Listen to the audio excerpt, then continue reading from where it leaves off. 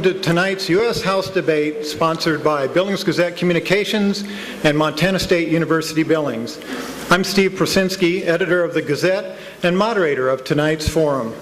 Many thanks to MSU Billings Chancellor Rolf Groseth, Director of University Relations Dan Carter, and many, many others for partnering with us and providing a perfect venue for this exchange of opinions and ideas between businessman Steve Daines, a Republican from Bozeman, and State Senator Kim Gillan, a Democrat from Billings. Three veteran Montana reporters will ask tonight's questions. From left to right, they are Mike Dennison, a reporter in the Gazette State Bureau in Helena, Tom Ludi is the Gazette's political and agricultural reporter, and Jackie Yamanaka is news director of Yellowstone Public Radio. Yellowstone Public Radio and the Northern Broadcasting System are broadcasting this debate live, and the Gazette is streaming it live on BillingsGazette.com. Our timekeeper is Nick Wong, a 20-year-old senior from Billings.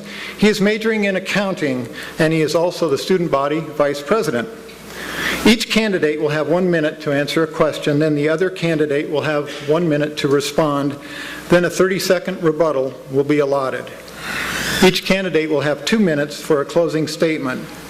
Before we go to the questions, we all ask that you hold your applause until after the closing comments. Interruptions for applause, hoots, and hollers will eat at a time allotted for the candidates' valuable responses. We're all here to listen to them, not to each other. So please respect them by holding your applause until the debate has ended. Thank you. Now, on to the questions. We'll start with a question for Steve Daines from Mike Dennison. He will have a minute to respond, then Senator Gillan will have a minute to comment, and then Mr. Daines will have 30 seconds for final response. Mike Dennison, your question for Mr. Daines. Good evening, Mr. Daines. Hey, Mike. Let's talk about the federal debt a little bit. You said we must attack the national debt without raising any revenue or taxes on anyone. If that's so, we're going to have to make some significant cuts in social, defense, or other programs.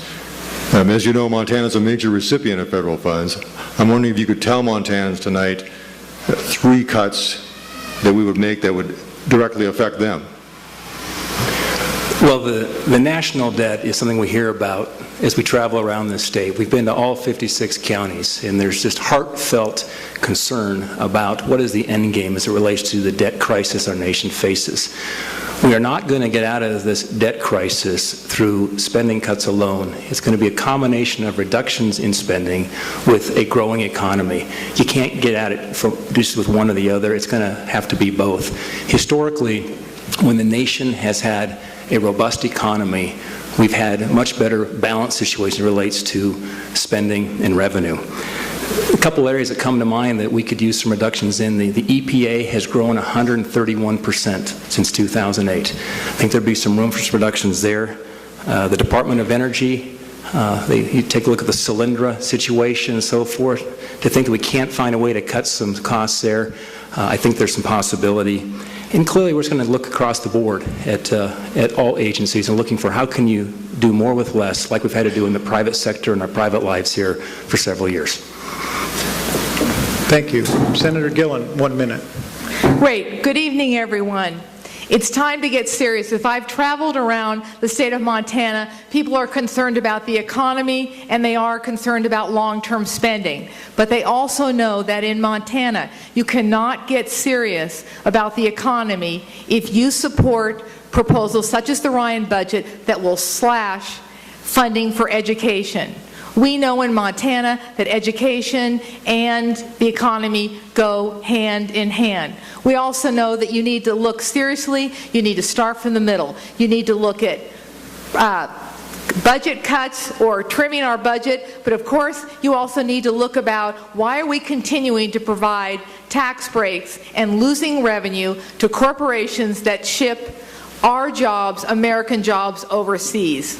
We know that there's a combination of things that we can do to get the economy back on track, and like all Montanans, we're always willing to do our fair share, but we need to cut out the things that we know are just giving tax breaks to people who are shipping jobs overseas. And Mr. Daines, 30 seconds. Yeah, as someone who has spent the last 28 years in business, the last 12 in Bozeman, there we've actually created 1,100 jobs in Bozeman. I joined the company, we had 100 employees, now we have 1,100. I can tell you that this is not the time to be talking about raising taxes on small businesses and medium-sized businesses. If we allow the businesses the incentives to keep more money in their pockets, they'll then invest in hiring and putting more money in new taxpayers' pockets, which is called new employees, and growing this economy and getting out of this hole that we're in. Thank you. And now a question from Tom Ludi to Senator Gillan. Ms. Gillan, do you believe pollution is changing the climate? And what role, if any, should the federal government play in minimizing greenhouse gases? Tom, I think that this summer, most people would confront the fact that we had a drought, we had incredibly warm weather, and that we need to be concerned about climate change. As with all policy initiatives, the federal government can set the policy direction, and I think we've already started that with some of our efforts with the Clean Air Act and other initiatives. Let's face it, in Montana, we know that one of the things that we value most of all is our wonderful outdoors. We know that has economic value as well as personal value. And my approach in the legislature has always been for a balanced and reasonable approach to our regulations. Pollution does come with some cost in the near term as well as in the long term. And I do think it's important to have a federal role to set us on a direction, because I think that that's what everyday folks want. They want to make sure that their children and their children's children can enjoy a good environment, and I say that there is an important federal role. Mr. Daines, 1 minute. As a fifth-generation Montanan, like many of you out there, I greatly enjoy spending time outdoors. You know, what keeps us here, or if we ever have to leave for a job, what brings us back is the environment and the quality of life we have here in Montana. I've spent more time in the wilderness probably than most candidates combined, traipsing across high mountain peaks and so forth in the Beartooth. But let me say this, I think it's a little bit misinterpreting the data to suggest that one warm summer here suggests we need to embrace President Obama's greenhouse gas initiative. I think we need to look at the science, look at the data, and the consequences of the policy.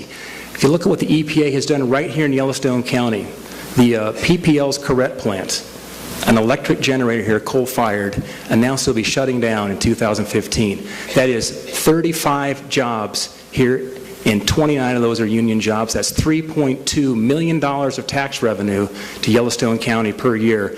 That is why we need to have balance here in terms of our regulation, and ensure they're not killing jobs like many of the out-of-control regulations coming from Washington, D.C. are doing today. Senator Gillan, 30 seconds.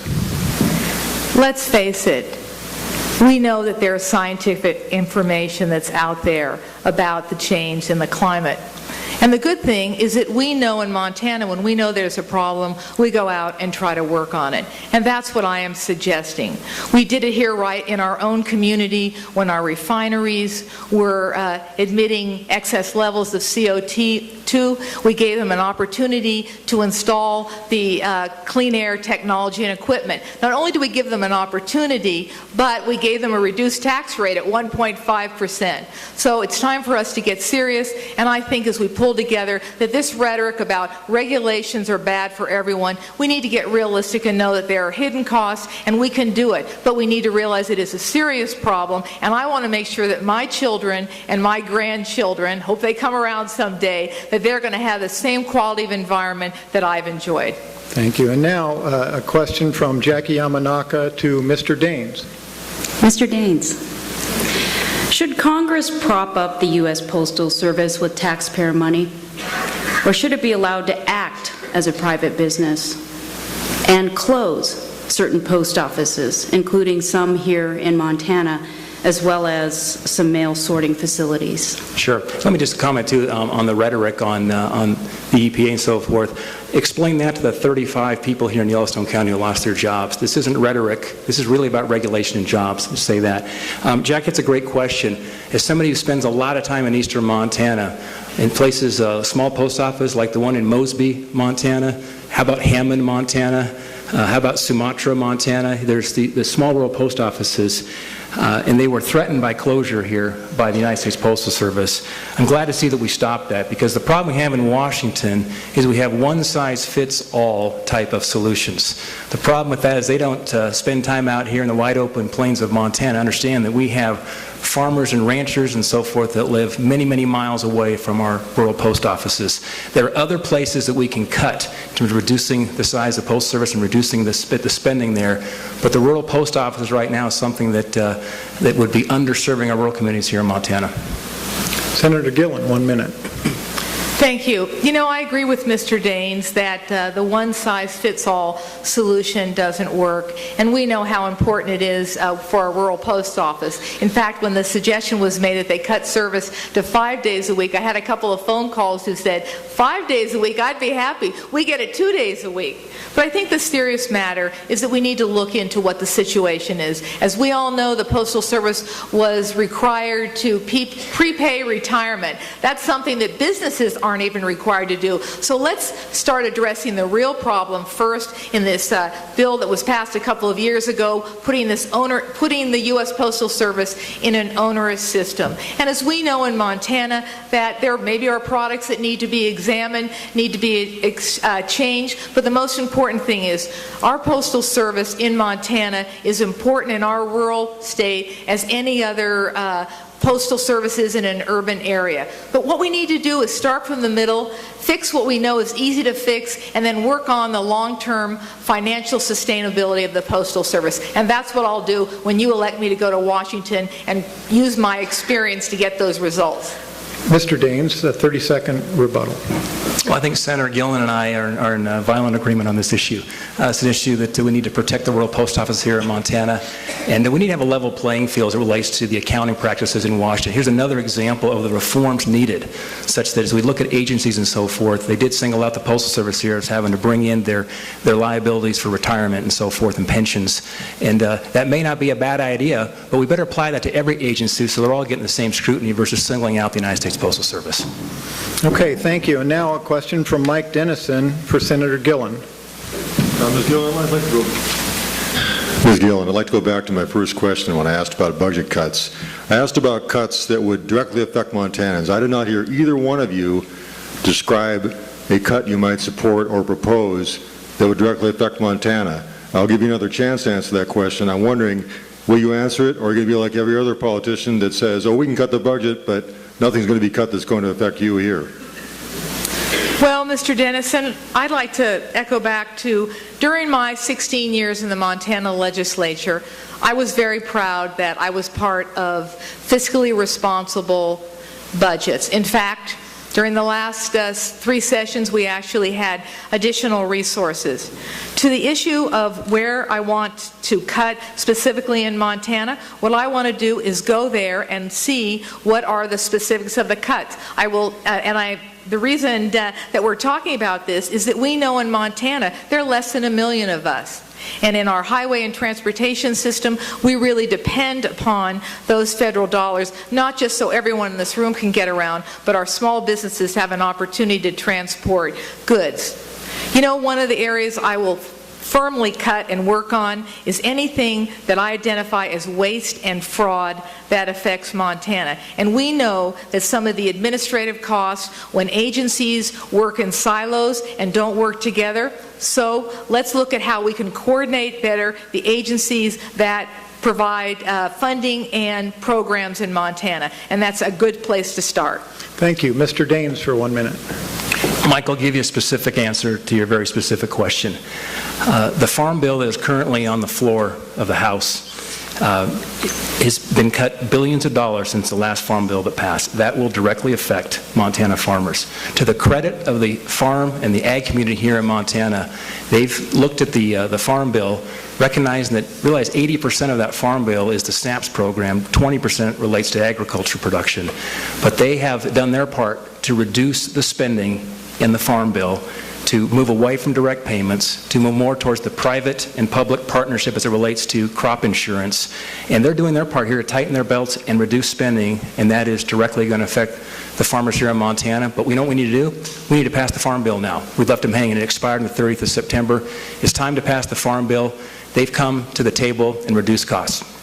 Senator Gillan, 30-second wrap-up. You know, the Farm Bill is an excellent example of the gridlock that is going on in Washington. I would respectfully disagree. The Senate version of the Farm Bill recognized not only the importance of crop insurance, but the importance of helping new farmers, because we're all concerned that as our population ages, that there isn't going to be that new generation to run Montana farms. It's my understanding that those important programs that affect our farmers in Montana was cut out of the House program. Thank you. Now a question from Tom Ludy for Mr. Daines. Mr. Daines, let's just stick with the Farm Bill for a minute. The House left D.C. last week without bringing a Farm Bill to the floor for a vote. It passed out of House Ag, but made it no further. And a lot of the reasons expressed for not bringing it to the floor for a vote was because there was a lot of sentiment that the cuts needed to be deeper, that the farmers of America needed to do more, as well as some resistance among Democrats for the cuts to nutrition programs that were already on the table. Now, that includes House Speaker John Boehner, who likened the bill's milk program to a Soviet-style subsidy. Boehner was in Billings this summer to raise money for your campaign. Montana's farm groups, liberal and conservative, support the current bill. They favor the Senate bill. They would have supported the House version of the bill. But that raises the question, what provisions will you demand be included in the next farm bill for Montana farmers? And how might Boehner's support for your campaign influence your actions? Thanks for that question, Tom. Well, let me tell you something. John Boehner didn't grow up in Montana. He grew up in Cincinnati. And it's very interesting is many members last week couldn't wait to get out of town. They were catching the next flight home so they get back to their constituents and so forth. You notice it was a lot of the representatives that had rural states where the Farm Bill has a big impact. They wanted to stay and get this vote on the floor and get it done. We have our farmers right now who are struggling with one of the greatest droughts in a generation, perhaps, depending on where you are in the state and who you ask. But I can tell you what, this is what the role of leadership is in Washington, where you stand up to the Speaker of the House, and you say, with all due respect, Mr. Speaker, I represent the people of Montana, the farmers of Montana, and we need a farm bill passed before we adjourn. And if there's threats to cutting support for campaigns and so forth, so be it, but that's what real leadership looks like. If I could follow, what specifically would you require to be in the version of the bill that's passed? Well, the Senate version at the moment here is something we could pass through the House, so I would support that. Okay. Senator Gillan, 1 minute. We only have one voice in Montana in the U.S. House, and we need to make sure that voice is experienced and effective.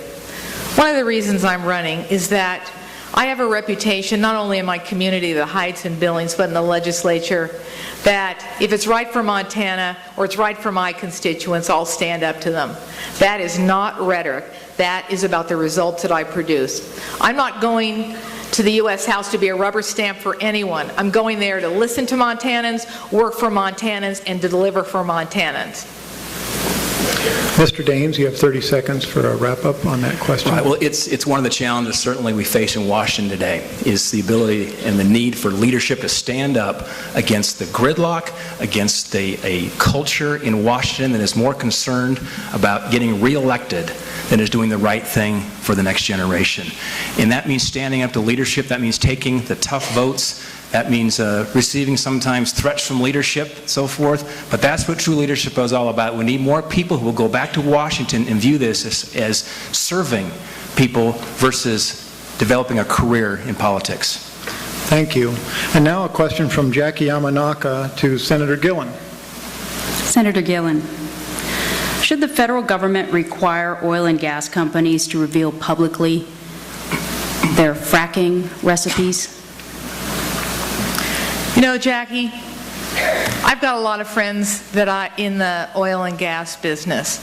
And I also have a lot of folks who live near the oil and gas development and are concerned about the quality of their water, not just in the near term, but in the long run. So I would suggest that we would have people disclose what the ingredients are in fracking. I was at an event called Chicks and Science here, and a couple of petroleum engineers went over and they explained basically what the ingredients were. So just as we expect foods to have label and what the ingredients are, I don't see what the problem is in releasing what the fracking ingredients are. And in fact, it's my understanding that on the Blackfeet Reservation that oil and gas drillers are already required to do that. I think that full disclosure and transparency is something that people want in politics, and it's reasonable that they should want it. But I do want to say one thing. John Boehner, Rick Santorum, no one else in the Democratic Party from Washington has come to campaign for Kim Gillan because they know that Kim Gillan is running for Montanans. I don't need the outside people to come in here and tell me what to do during my campaign, nor to tell me what to do when I go back to Washington. Mr. Daines, your 1-minute response. Well, I won't let Rick and John tell me what to do either, with all due respect. But here's the problem with the premise of that question, Jackie, is the question you asked was, should the federal government require disclosure of the fracking fluids and so forth used? The problem we have today is that so many of our solutions are Washington-centered. They're coming out of the Beltway. We find out is that solutions that come out of Washington don't adjust for the differences from state to state and so forth. And here's an example of that. I would rather see that discussion move down to the state level. It's a reasonable discussion to have. I think as you talk to farmers and ranchers across the state, they're concerned about what might be going down in the ground. That's a reasonable discussion to have. But let's have that discussion here in Montana. Let's have that discussion here with Montana agencies versus unleashing federal agencies here with a one-size-fits-all. And frankly, in terms of our recourse, if we have a challenge with regulations, I'd much rather deal with the Montana government than our federal government. Senator Gillan, 30-second wrap. The Montana Oil and Gas Board, I believe, has already issued some guidelines for disclosure. And I would, when I get elected, go back there and make sure that if we need federal intervention in this, that each state, as we do now for many programs, be able to have a solution that works. But I do need to say that we need to talk about leadership. If it weren't for the federal government, we wouldn't have the Civil Rights Act. We wouldn't have passed Medicare. We wouldn't have passed Social Security. We need to think about the role that the federal government did in a more positive light, because those are incredibly important programs to Montanans, and let's not demonize everything that comes out of Washington. Thank you. And now it's time for each candidate to pose a question to the other candidate. So, Senator Gillan, what is your question for Mr. Daines? Thank you very much. Mr. Daines, or Steve, your campaign slogan has been less government, more jobs. However, it's my understanding that your company has received millions of dollars in government contracts. So the question I pose to you is, why is it okay for government spending if it benefits your bottom line, but government spending that will help Montana kids who can't afford it with some financial aid to go to college so they can get a better job, will help Montana seniors pay their health care costs, or help a low-income Montanan get a head start by going to Head Start programs? Why is federal spending okay when in the government contracts, but not okay for those important and critical programs for Montanans? Sure, it's a great question. I look forward to answering it. Here's the situation. We created a company there in Bozeman that grew from 100 employees to 1,100 employees. Why did it grow to that extent? Because we were delivering value for businesses around the world. We were finding ways to do more with less for these companies, saving them millions of dollars, at the same time improving customer satisfaction. That was the premise of the solution. So finally, the federal government, state government, local government started to catch on to that, you know, we could actually use this solution too and save the taxpayers dollars, improve service to taxpayers. There was a win-win there. And so it's the federal government is always a laggard in terms of best practices in industry. In this case, that was true. Once they saw the results in the private sector, the government started adopting our practices, and we're saving taxpayers money and improving service to taxpayers now as a result of the solution. Let me just say this. The best news of all that, is we created 1,100 jobs, 550 of those jobs right there in Bozeman. I'm grateful for that. We can keep Montana kids here in our state with high-paying, clean jobs. Senator Gillan, please hold your applause. Thank you. You know, Steve, I think that that's great that you have created, those jobs have been created. But we cannot deny that those jobs came with some public funding. Public funding for the contracts that allowed you to hire and pay many talented people who came out of MSU Bozeman, which is a publicly supported university, and I would guess that a lot of those kids had to rely upon Pell Grants. So I just want to raise the point once again, when you use rhetoric like less government, more jobs, if you're going to use it, it needs to apply to everyone and not just to special circumstances. Mr. Daines, 30 seconds. Can I respond to that, or?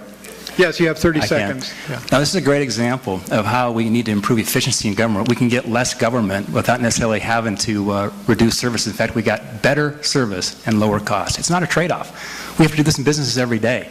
And just for what it's worth, 80% of our revenues came from businesses, 20% from state, local, and federal agencies after they started to see the great results the private sector was experiencing. Now, Mr. Daines, what is your question for Senator Gillan?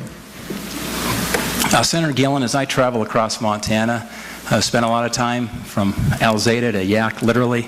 We talk about Montana and Missoula. One of the great concerns I hear from our small businesses and our farm and ranch operations is about the death tax. That in January, the death tax goes to 55%. That when somebody dies, it shouldn't be a taxable event, but it is today in the federal government. In Montana, we used to have a death tax. And you voted against repealing Montana's death tax, and in fact you voted against allowing that to go on a referendum ballot so the Montanans could even choose to vote on that initiative, which they finally did, and they eliminated it. Why is that? Thank you for that question. What a great opportunity for me to explain. Probably many may not have known, and there was some misinformation when that referendum was there, but in Montana we already had the wisdom to put into place provision so that if you passed on your ranch, your farm, your small business to a spouse, to your children, to your children's children, that you were not subject to that, what you have termed a death tax. So it was sort of like one of those situations where it wasn't broken, so why did you need to offer a solution? It did pass, and when it passed, a couple of things happened. I think 220 people who had no family relations in Montana who had an inheritance, they didn't have to pay a tax. And the other thing it did is that it precluded those folks, or Montanans, because we didn't have it anymore, from the deduction from the federal estate tax. So I think if you look at it and you put the numbers down to paper, that it really didn't serve Montanans who live here and their relatives to do away with that. It just helped 220 folks who lived out of state. Thank you. Mr. Daines, you have a minute to respond. Sure. Well, we'll have another challenge as we face the death tax in Washington going to 55%. And we've seen that the death tax is one of those events that is not a job creator, it's a job killer. And over again, we hear this across the state of Montana. I'm looking forward to going back to Washington and have a chance to vote to eliminate the death tax once and for all. You know, many countries don't have a death tax. It's a concept that many countries don't have because it's double taxation, taxing a mom and dad on something they've built their entire lives. And I'm looking forward to have that vote and get it off the books once and for all. Senator Gillan, you have 30 seconds. Well, this is provides me a good example of where I'm going to stand up for Montanans, and I may disagree with President Obama or whoever is in office. I do support keeping it at $5 million, knowing that it's $5 million, and if there's a husband and wife, that's up to $10 million. And so I think that that is plenty of tax fairness, and as I've traveled around the state, that's what people say to me, that they don't mind paying their fair share, and if we keep it at $5 million, I think it'll cover 99.9% of the family-owned farms, ranches, and businesses in Montana. Thank you. And now a question from Mike Dennison for Mr. Daines. Mr. Daines, you said you want to cut off all federal funding for Planned Parenthood because it provides abortions. So does that mean we cut off Medicare for hospitals that perform abortions, or Medicaid for physicians who perform abortions? Why would we target Planned Parenthood, or anyone for that matter, when they're using federal money legally for non-abortion services? Yeah, it's a good question, Mike. Planned Parenthood is the largest provider of abortions in America. And they receive a significant portion of their funding from the federal government, but it's not the majority of their funding. So I stand with many, many Montanans who believe that there are services that are legitimately provided through Planned Parenthood, but as a leading abortion provider, we stand for life, and we seek to remove that funding from the nation's largest abortion provider. Senator Gillan, 1 minute. Thank you. And I also stand with many, many Montanans, men and women, who say to me, get the government out of my life. Get the government off my back. So, why would we let the government tell women what they can do with their bodies? You can't have it one way and not in the other. And you know what? I know that Planned Parenthood provides for 24,000 low-income Montanans mammograms, pap smears, and those other critical tests that keep women healthy, keep women in the workplace, keep women raising their families. Mr. Daines, 30 seconds. Yeah, I'm grateful. I live in a country that celebrates and places a high value on life. We are a nation that will send 20 Navy SEALs in to rescue one. We'll risk 20 for one. And grateful again that we have a nation that values life, not just for the preborn, but for the disabled as well as the elderly. It's a value that we hold as Americans, and it's a value that we hold as Montanans. Now, Tom Ludy, a question to Senator Gillan. Yes, Ms. Gillan, Congress will likely have to raise the debt ceiling again in early 2013. Explain your vote on that issue. Well, you know, the whole issue of the debt ceiling and the vote has become like a political football. I think that, I've seen numbers, I don't recall them right now, that both Democrats and Republicans in the past have voted to raise the debt ceiling. What I think is the most important vote and voice that Kim Gillan is going to have for Montana. Yes, we need to get serious about our long-term plan to deal with the deficit. We also need to get serious about our economy. So I think that the debt ceiling vote, it's important, but the thing is that what's more important are solving the problems that really we are facing today with getting our economy back on track, getting people back to work, and making sure that we have a sustainable budget and are fiscally responsible over the long term. That's the most important votes that I need to take and voice that I need to be for Montana common sense. Mr. Daines, 1 minute, please. This makes the top 3 of questions and concerns that I receive as we travel across this state. We've gone from $8 trillion of debt from 2007 to now crossing this $16.4 trillion debt limit. It's virtually doubled. This is a crisis our nation is facing today, and it must be addressed. Of concern, China owns $1.1 trillion of America's debt.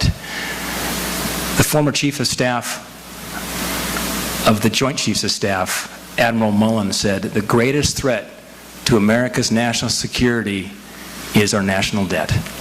It needs to be addressed, and I would like to see a balanced budget amendment put in place as a condition for any kind of increase in the debt ceiling, because as we know in Washington, they just punt and they go back home.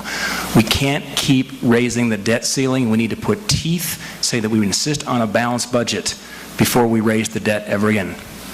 Senator Gillan, 30 seconds, please. If we are going to get serious, and I do think we need to get serious about our long-term deficit, to the point where we won't have to continually raise the debt ceiling, we need to get serious about the proposals that we put forth, like eliminating tax incentives for corporations who ship jobs overseas. Let's get realistic and let's get serious. And now a question from Jackie Yamanaka to Mr. Daines.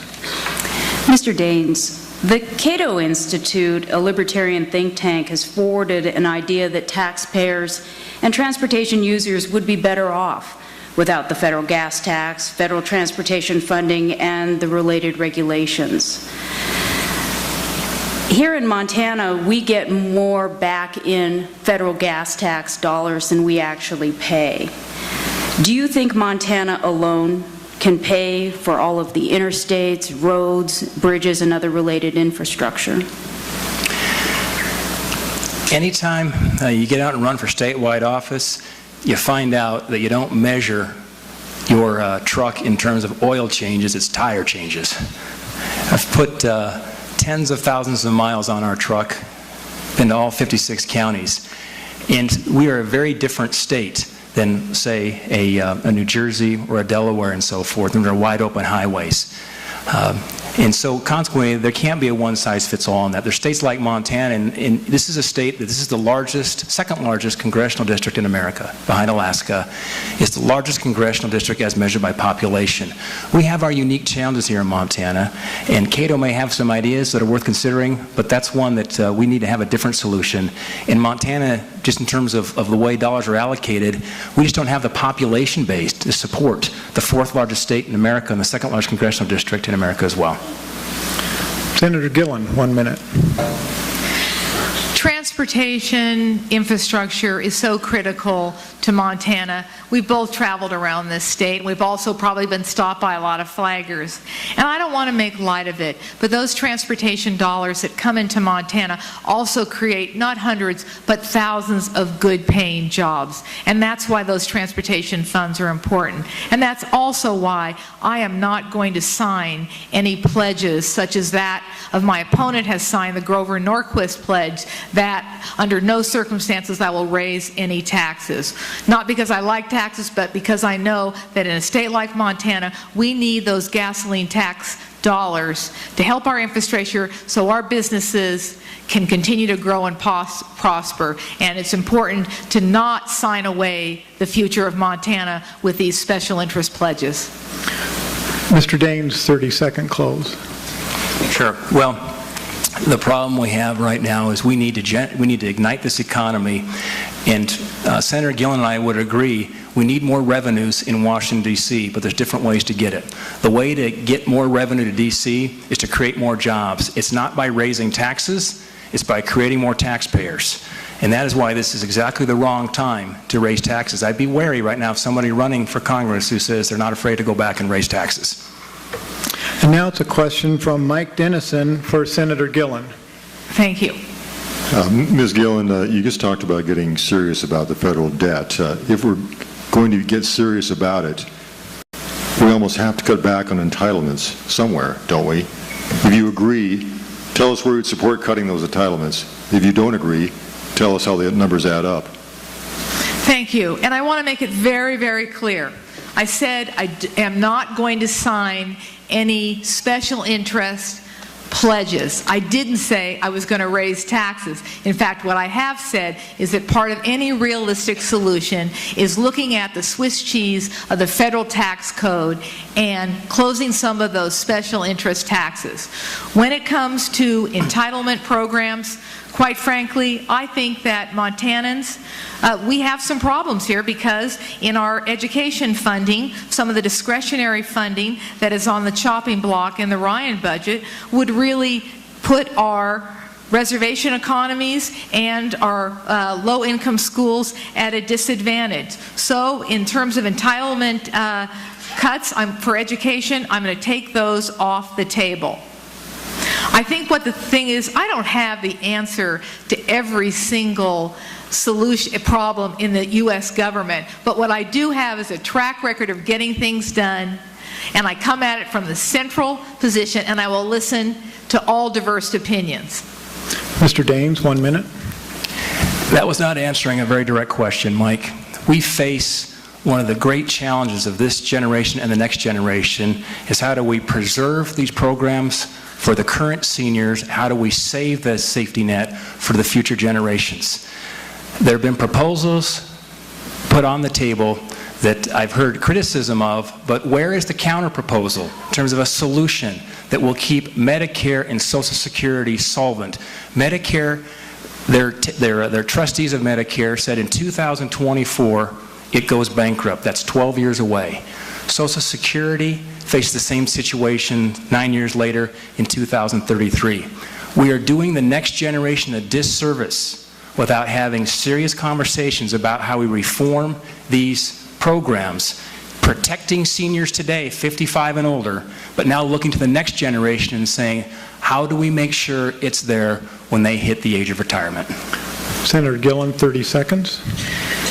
One aspect of the health care reform has been to achieve, I think it's $700 billion in savings from Medicare.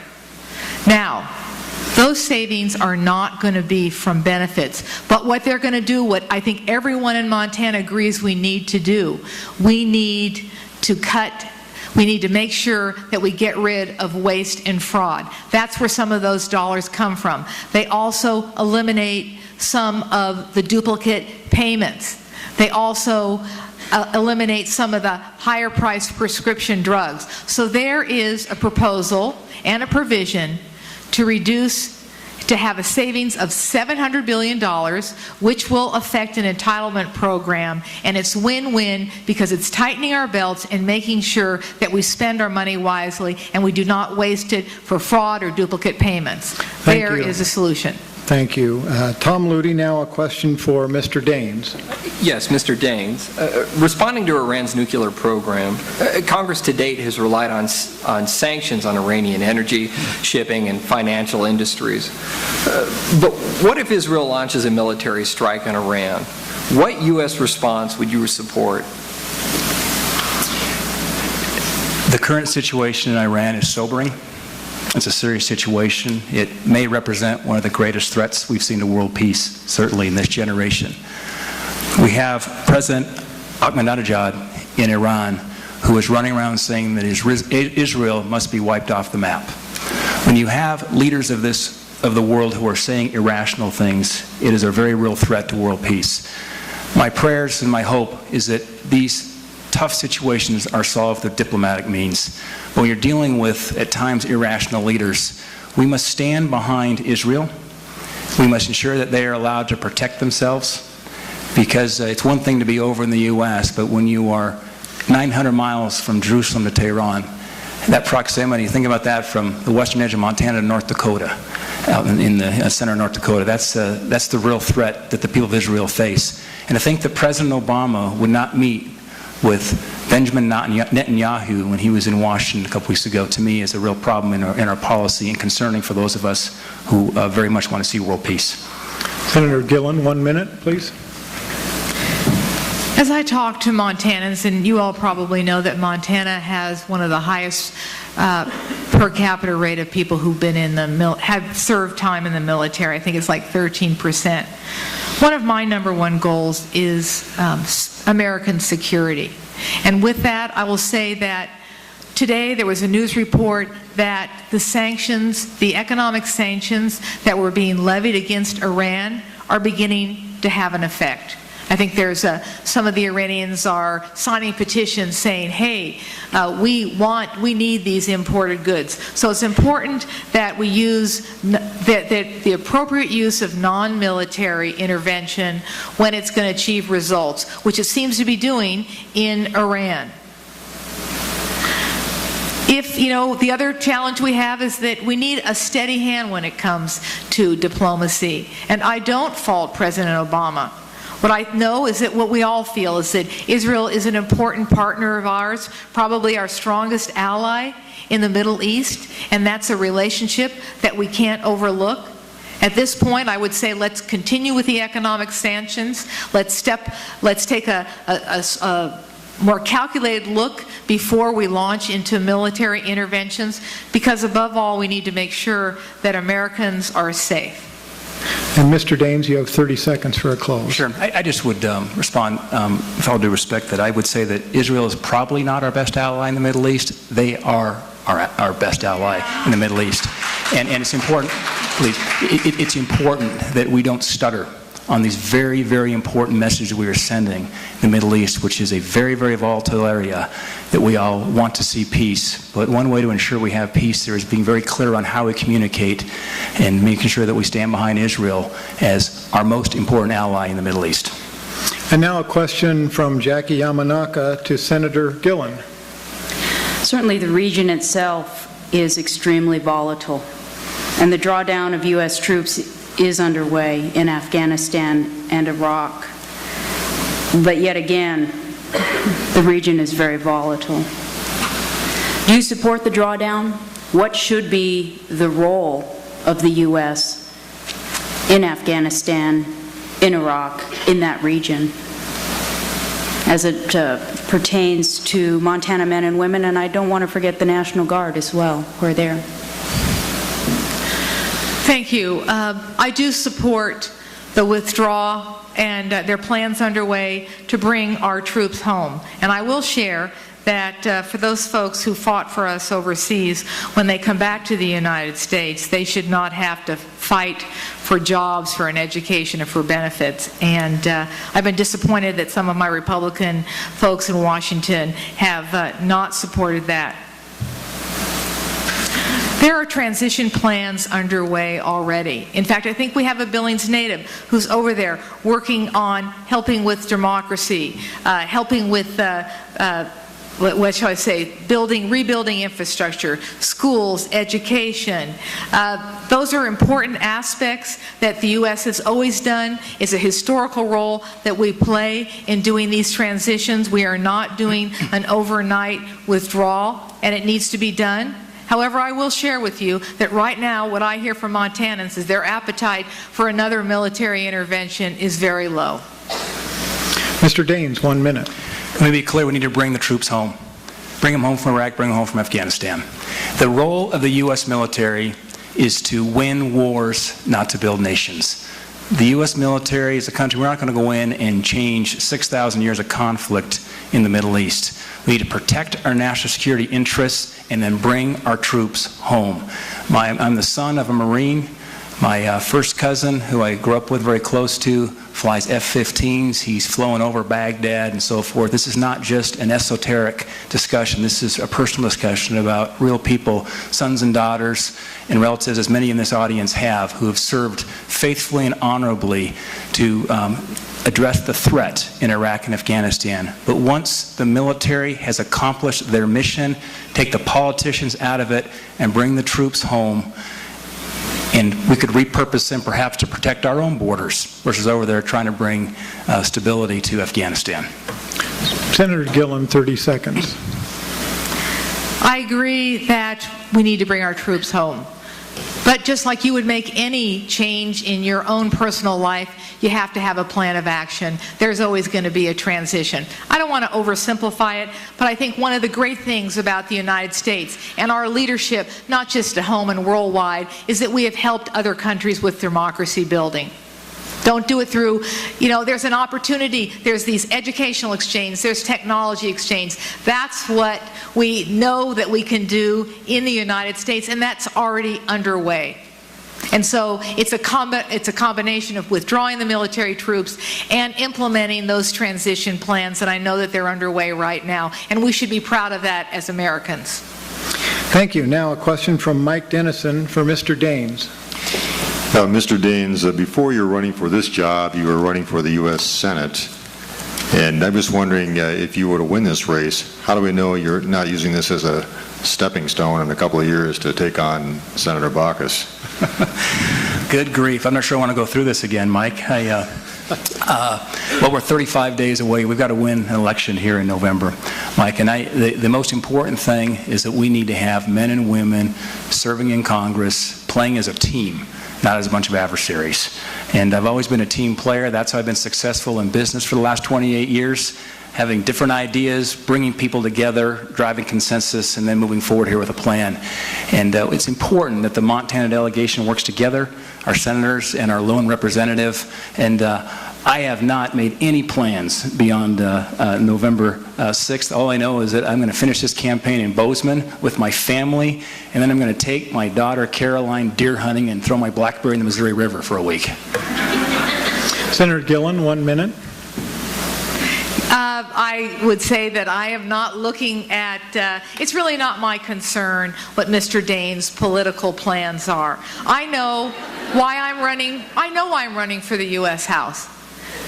We only have one voice in Montana, and we need to make sure that one voice is experienced and effective, and that will speak responsibly on behalf of Montana's hardworking families. In the community, whether I've been involved in the Heights Task Force, the Alternative Routes, which has brought roadway improvements, in the legislature where I've passed insurance requirements for diabetes and autism and workforce development and training, I've been one of those real-world problem solvers that have worked with Democrats and Republicans and found those opportunities to collaborate. That's why I'm running. That's why when I go across the state, folks say to me, Kim, your track record shows me that not only can you solve problems, but you will do it working with Republicans and Democrats. And let Montana be the leader. We may only be one voice, but in that U.S. House, we can be a leader and get those people to get things done. Mr. Daines, you have 30 seconds close. Yeah. Washington needs leadership. It's a vacuum of leadership. Washington needs more men and women who view running for public office not as stepping up to run, but stepping over. Public servants. I remember when George Washington, reading about his history, he did not want to be the king. They asked him to be the king, and they said, for heaven's sakes, hang it on your beak, I don't want to be the king. I'm going back to Mount Vernon to take care of my farm. And then, you know, what the history showed what a great man he was. I think we need men and women who are in some ways reluctant to go to Washington, but are doing it out of a sense of serving and not out of developing a career in politics. Thank you. And now a question from Tom Ludy for Senator Gillan. Yes, Ms. Gillan, you've noted Mr. Daines' signing of the tax pledge, not to increase taxes, but I'm wondering, what ways would you increase revenue for the federal government? I mean, your party supports, a balance of cuts and revenue increases. What would those revenue increases be? Thank you very much. Thanks for that question, Tom. As I've said on many occasions as I go around the state, is that the federal tax code is like Swiss cheese, and we need to think about closing some of those holes that are for special interest. Why we are giving any type of tax incentive or tax break to large corporations that ship American jobs overseas defies logic. I mean, isn't one of our goals and concerns to create jobs here, good-paying jobs in Montana and in the United States? And let's say we have the issue of the Bush tax cuts.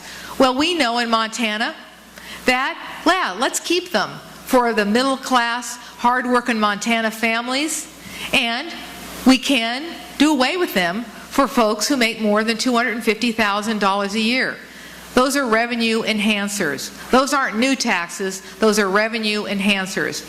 When I was in the Montana legislature, I had lots of tax proposals come through my committee, and I often voted yes or no, but I always looked to see how they were going to affect Montana hardworking families and our small businesses, and I'll do the same when I go to Washington. Mr. Daines, 1 minute. I'm not sure what a revenue enhancer is. But when a politician stands up and says, I'm not going to create new taxes, only revenue enhancers, I can tell you how to test that idea out in Miles City and see what the folks out there say about it. But that sounds like a tax to me. And here's why we should not raise taxes on job creators. In the state of Montana, 69% of the employees in the state in the private sector are employed by business people who pay taxes at the individual tax rate. 95% of businesses in the private sector of Montana pay taxes at the individual tax rate. That is #1 in the nation as percentages, according to Ernst & Young.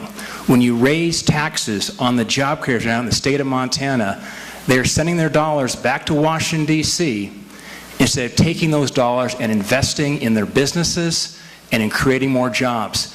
I'm all for creating more revenue and paying more taxes to Washington. But let's do that through more taxpayers and more jobs, not by raising taxes on job creators. Senator Gillan, 30 seconds, please. Well, let me make make it clear, if someone doesn't understand what a revenue enhancer is, maybe it's a more sophisticated way of saying closing an unfair loophole. Why does a secretary who's working for probably minimum wage have a higher tax rate than a multi-millionaire who gets most of their income from capital gains income? What I'm saying is, you talk about job creators. Well, you know, there are a lot of people in this room that are job creators. They may not own the company, but their hard work every day makes sure that that company runs well and that is profitable. And I would say that with the statistics you cited, and I don't want to go into the weeds, but I've been on the Montana tax thing. There are a lot of ways, LLCs, sub-S corporations, that you can take legitimate ways to reduce your tax liability. The most important thing is we have to stand up for hardworking families, and I don't even know what a job creator is, because I think the hard work I do has created thousands, if not millions of dollars for some of the companies that I've worked for. Thank you. And now we've run out of time for questions, if you can believe that. We're now reaching the end of our 1 hour, and it's time for each candidate to give a 2-minute closing statement about their campaign to be Montana's representative in the U.S. House. Mr. Daines will go first, followed by Senator Gillan, who will have the last word. So, Mr. Daines, 2-minute close, please. Steve, thank you tonight for hosting this event, allowing us to express our ideas and differences for this most important election. You've heard a lot tonight about jobs and job creation. You've heard a lot about the economy. You've heard some about the debt and deficits. But I think it's important that we paint a contrast between what Senator Gillan believes and what I believe, because sometimes it gets muddied in discussions like this. When it comes to the balanced budget amendment, I support a balanced budget amendment for the federal government. Senator Gillan has voted against a referendum urging Congress to support a balanced budget on 2 separate occasions. As it relates to taxes, I've looked you square in the eye and say, I'm not going to raise taxes, we're going to create more taxpayers. And my opponent, Senator Gillan, has raised taxes over 50 times, including voting for a sales tax, and we talked about the death tax as well. As it relates to the President's Affordable Care Act, also known as Obamacare, I support repealing that. My opponent, Senator Gillan, has supported this President's unaffordable health care law. When it comes to the NRA and gun rights, I support gun rights. I received the endorsement yesterday from the NRA. I received an A rating from the NRA. I understand the importance of gun rights, because when you grow up in Montana, one of the first things you get is you get a .22 and a fly rod, and that's how you grow up out in the plains of Montana. I'm grateful I got to experience that and got ingrained in me early as a young child here in the state. In fact, Senator Gillan has the lowest rating from the NRA of any statewide office seeker at the moment. But as important as these issues are, and hopefully painting some contrast there, because there is a very clear choice between our 2 candidacies, as important as these issues are, I think this election is more than just about these important issues. It's about fundamental principles of America. The anxiousness that Americans have about, will America be a different place than it was when they grew up? It's changing, and people are concerned across Montana. My great-great-grandma homesteaded north of Great Falls. She came for freedom and opportunity as a widow with 7 kids. She would not want to see what's going on in this state, that we perhaps will not be able to pass on something better to our kids than we receive from our parents. We can do better, and we will do better. Thank you. And now, Senator Gillan. Please hold your applause. Senator Gillan, 2 minutes for your close. Well, first of all, I want to thank the hometown newspaper of the Billings Gazette for hosting this event. Also, my thanks to Yellowstone Public Radio, for Mike Dennison from the Gazette State Bureau, from the Northern Broadcast Network. Thanks to my colleagues here at MSUB, and most importantly, thanks for everyone who's in this room that took the time to listen and to come and hear both of us, and the folks that are listening out there. And of course, thank you very much, Steve, for coming here and debating. Yes, there are some clear differences. We need the world of Washington, D.C., as we know, there's gridlock. 10% approval rating. So what we need in Montana is to send someone who has a proven track record of getting things done that affect everyday Montanans. Whether it deals with the jobs, economy, or taxation, I'm proud of the work I did in the legislature, proud of the work that I've done in my own business career in economic development, including some great work on our Native American reservations, proud of the work that I've done in this community. So there's a clear contrast. I have the experience, I have the know-how, and I will, under all circumstances, support Montana's hardworking folks. You know what? I have received for many of my legislative races the NRA endorsement. Congratulations for this time, but I have a voting record, and I know how I voted, and it's all public record, and the NRA has endorsed me in past elections.